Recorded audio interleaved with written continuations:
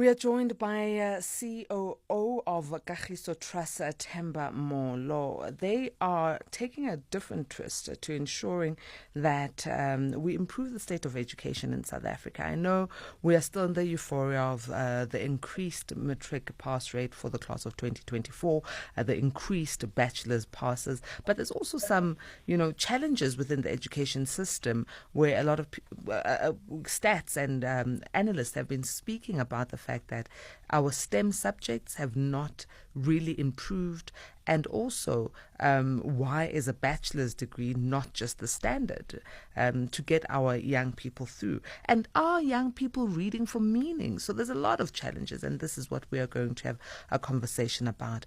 Thank you very much for joining us, Themba. Blissful morning. Good morning, Nonkululeko. Thank you very much for inviting us. Excellent. Please tell us what Kagiso Trust does, and also more about the campaign to improve the state of education in the country. Kagiso Trust is a national development agency that has been existing for several years. Education is but one of the programs we implement, but it's regarded as a flagship, partly because public schooling, as you may know, is hosting a lot of children, and over 90% of children in South Africa attend public schooling.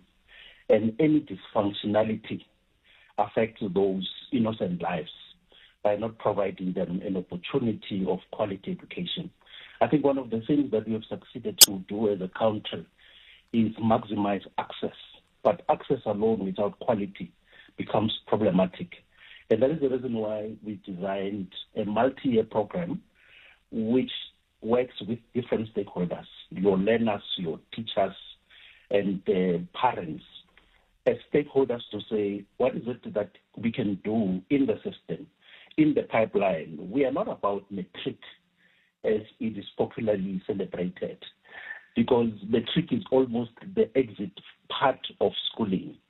We are dealing with the pipeline, because dealing with the pipeline means we should be concerned about dropout, we should be concerned about the quality of learning, we should be concerned about the STEM subjects, as you mentioned, and therefore introduce these programs that are meant to make a systemic change, working with the educators and the district. One of the things that we have realized, which is very, very important, is to create a link and a strong link between the district office of the Department of Basic Education and the respective schools, because that's where really support exists, so that there is improvement in instructional leadership. So there are training workshops that we would avail to schools where we operate. We obviously have to choose a particular district and not work with individual schools. You can imagine that would not enable us to make a significant impact. So we work with a district, because then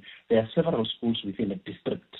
And when we make that improvement, it is noticeable, because schools feed into each other in terms of the feeder school element and improving the pipeline. So that's really what the program has been doing. And in districts where we have operated, there is continuous and significant change. And systemic change, I think that I should put emphasis on that. So it's not about grade 12. It's also making sure that all these other challenges that public schooling in particular is facing. I mean, one of the challenges that public school face, as you might know, is infrastructure in rural areas. How do we make sure that learners access infrastructure? I'm talking about technology, I'm talking about science labs, and these are things that we are building in these respective schools where we work, where there is significant investment, and I think we celebrate return on investment when we see results and learners achieving what they have achieved recently. I think the country should celebrate the grade 12 results. This is an enormous achievement.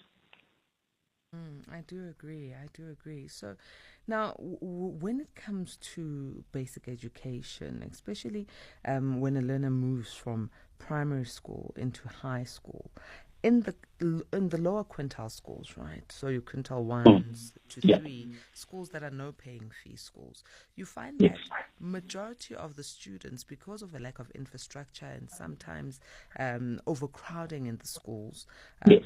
and I don't know, we can attribute too many other reasons. These learners move from primary school into high school without having understanding or even understanding of what they read, whether it's in their mother tongue or a first additional language, and also not having the basic ground. So they go into high school already on a minus. How can this be changed? Yeah, that is indeed a big challenge, and it has to do with the capacity of instructional leadership. It means the extent that curriculum is being covered extensively at primary school level, the capability and the capacity of the practitioners. And that's why it's important to then introduce what is called mentors. We use mentors. These are people who are experts in different subject areas. And they work with educators either through classroom support or identifying areas that are a challenge to the practitioner and then making sure that those areas are addressed. Because unless the learner gets into contact with somebody who is supported, then there is a challenge. But beyond just supporting in curriculum, there is also issue of infrastructure. I mean, you mentioned the issue of overcrowding. I mean, part of the program, of our program, is dealing with basic infrastructure. You can imagine what does it mean if learners are congested in a classroom. It becomes very difficult for an educator to pay attention to a specific learning constraint of a particular learner, so that becomes an issue. But we also want to argue that the responsibility of education is not the sole responsibility of schools, but also communities. So to what extent do households participate in the education of their children? And I should not really present this as a myth, because realistically, black communities, there is issue of migration. You know, you find that the parents, not all of them are there; they are working somewhere else. So the children are left on their own. So what we do is community mobilization, because of the old adage in the African language of saying it takes a village to bring up a child. So it's a collective responsibility, Nonkululeko. So it's important that those constraints are regarded as constraints that communities must embrace and work together in resolving, and not leave it as a responsibility of the school per se, but also for the department to begin taking seriously building of the capacity of instructional leadership, and also making sure that schools are supported with infrastructure. I mean, the public budget for public schooling, a lot of it goes into administration, salaries, and so on. So this is the part where private sector comes in to say, we have a contribution, we have a responsibility as private sector to participate in making sure that the infrastructure, the learning experience of children coming from rural areas is similar to those that are attending former Model C schools of parents who can afford to pay a fee.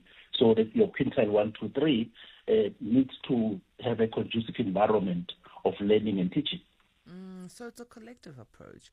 We can't Absolutely. be, as a country, saying it's all up to the Department of Basic Education. It needs to be a village approach. We all need Absolutely. to come in and make a difference. Now, how do we instill that fiber within our people? Because as much as you say it takes a village, in this day and age where we are living, you go into community and the same community members are the ones who are not supporting the young people, who are not instilling the right, moral values, who are not, instead of saying, let's go and clean up the school, let's fundraise so we can paint the school, the young people are seeing parents demonstrating and demolishing schools and burning libraries. Yeah. Yeah. No, absolutely. I think this is an unfortunate experience of many communities. But I should also hasten to say that there are communities who have embraced the concept of participation in the schooling system. In small pockets all over the country, but there are people who are concerned about the environment in the schooling system. You will have noticed some organizations who, at the beginning of the year, went out to clean the schools in preparation of the learners. So there are those small efforts. But what we do as an organization, there is a process called community mobilization. Unfortunately, this thing cannot happen on its own. Someone needs to take responsibility. And that someone might not be Kagiso Trust. It could be an individual and a local organization, which is really beginning to appreciate. I mean, let me share with you a very sad experience in one of the areas where we operate, which is Beckersford. It's a mining area, and you can imagine how the teenagers in that area, because of unemployment and poverty, get exploited by people who are gainfully employed. And what should the community be saying? What should the local chiefs be saying about that? Because I think that is what keeps the moral fiber of communities, when leadership stands up and say, it's not in our presence. We cannot allow teenage. I was saying to colleagues recently that when we were celebrating the New Year's Eve, people were saying that there are teenage girls, 12 to 15, who have given birth, and that for me is an indictment. It's something that we shouldn't allow and celebrate. So we need a conscious leadership within communities to begin to deal with these things, because this is a distraction to our society. There's no future for these girls who prematurely get pregnant. How can we bring back the moral fiber and take responsibility? And we are part of that organization, part of that effort. And we think communities who access this type of information should begin to take up that responsibility, and support their children, as people would normally say, children are the future. So how do you build that future? You don't build that future by celebrating a grade 12 pass and you walk away immediately after the celebrations. Indeed. Yeah. Talking about the grade 12 learners, class of 2024, they passed very well. But we do know that our universities have a cap or a limit as to how many students they can accept. And it seems that a lot of students will not find placement at public universities in 2025 academic year. What then happens to these young people?